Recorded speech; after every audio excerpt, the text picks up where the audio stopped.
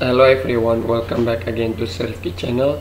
Today we are going to discuss about solute, solvent, solution, definitions with example in science class. Solubility basic. What is solubility? In general, solubility is an ability of a substance to dissolve. In the process of dissolving, the substance which is being dissolved is called a solute, and the substance in which the solute is dissolved is called a solvent. A mixture of the solute and solvent is called a solution. And to put it in a simple word, you are able to classify like this. When we insert sugar into water, it will dissolve. In this process, please take a look at here. Sugar is the solute. Water is the solvent.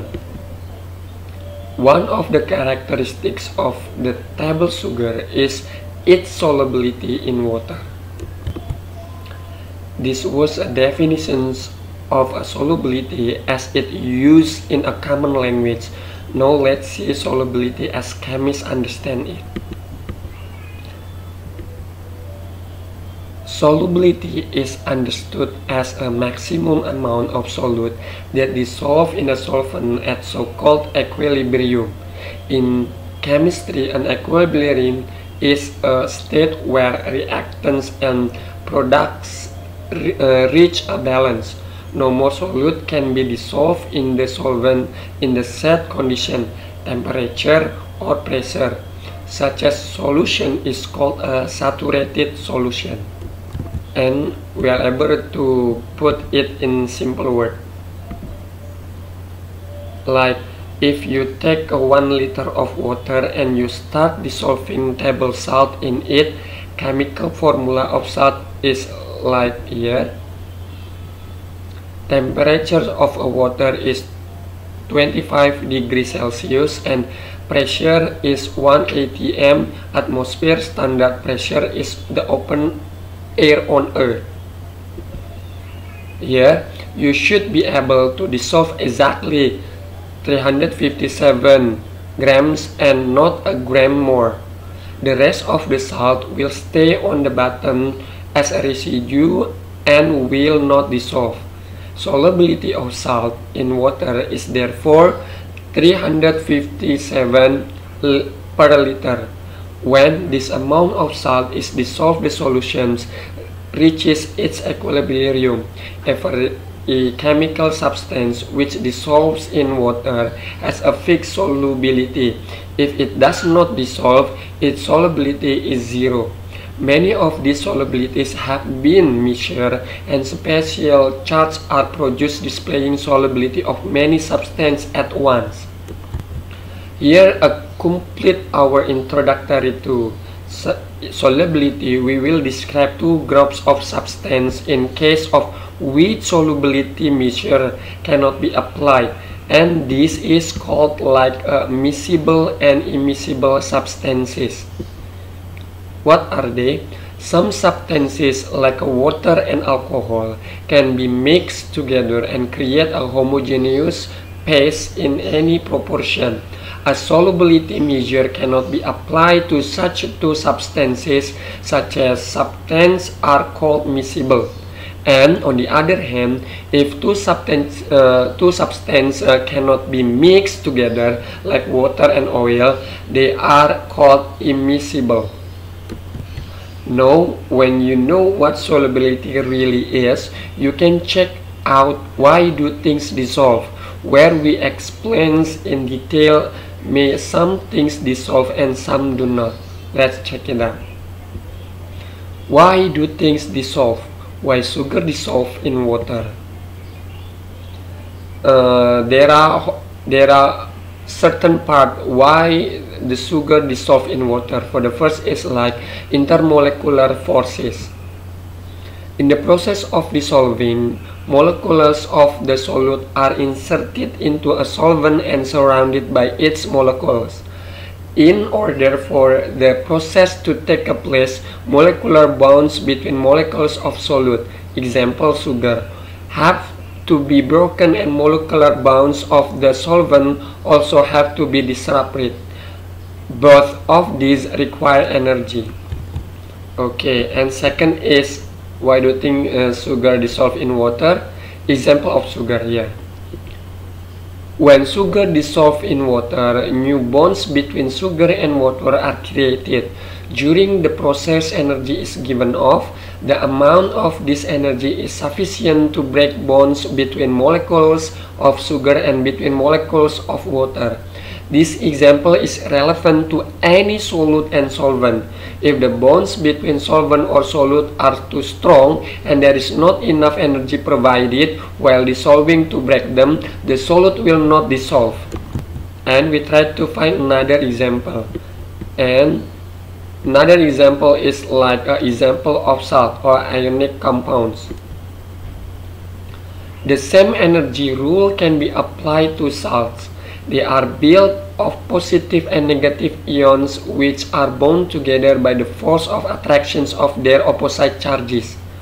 If energy needed to break their ionic bonds is lower than the energy given off by an interactions of the ions with solvent, example water, the salts will dissociate and interact with solvent and thus dissolve. And we try to find the definitions with the example here. A solution in chemistry is a homogeneous mixture of two or more substances. The substance which is dissolved is called a solute. The substance in which the solute is dissolved is called a solvent. And the main characters of a solution. Solution is homogeneous. That the solution is a homogeneous mixture means that it forms a single pass. You cannot differentiate one substance from another within the solution. Characteristics of a solution are identically distributed through it. For an easy example, if you dissolve a sugar in water, but some of the sugar is still visibly laying on the bottom of the container, or even floating moved by movement of water, then this is not part of a solution. Only the dissolved invisible sugar is. And the second main characteristic of solutions is like, you cannot see a solute inside a solvent, nor can you mechanically take one out of another. Example, taking dissolved sugar from water is impossible with a sifter or another mechanical method. The second one of the main characters is like, solution is stable. A solution is stable in given condition. Example, in a particular temperature and pressure, it does not require stirring or other methods to remain homogeneous. And the last of the characteristic of solutions is like, solution is in one phase. That the whole solution is on one phase means that the whole of it is either gaseous, liquid, or solid. And we try differentiate between which one the solute, which one the solvent here. Usually, it is easy to determine which substance is a solute and which is a solvent. The solute, when dissolved, takes on the characteristic of the solvent. A solution is composed in majority of solvent. There is more of it than the solute.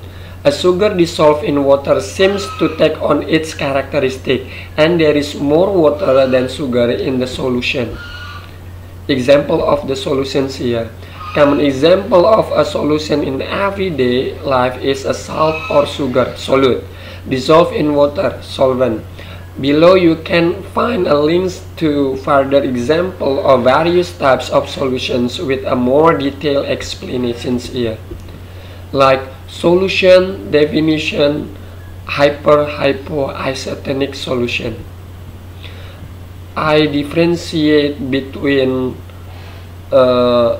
solution and solvent in 5 kinds here. First, solution definitions here. A solution is a homogeneous mixture of two or more substances. One of the substances is called a solvent, a substance in which other substance or substance are dissolved. The substances dissolved in a solvent are called solutes.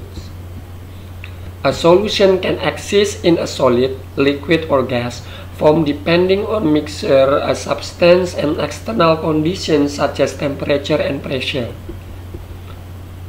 The second year, isotonic, hypertonic, and hypotonic solution.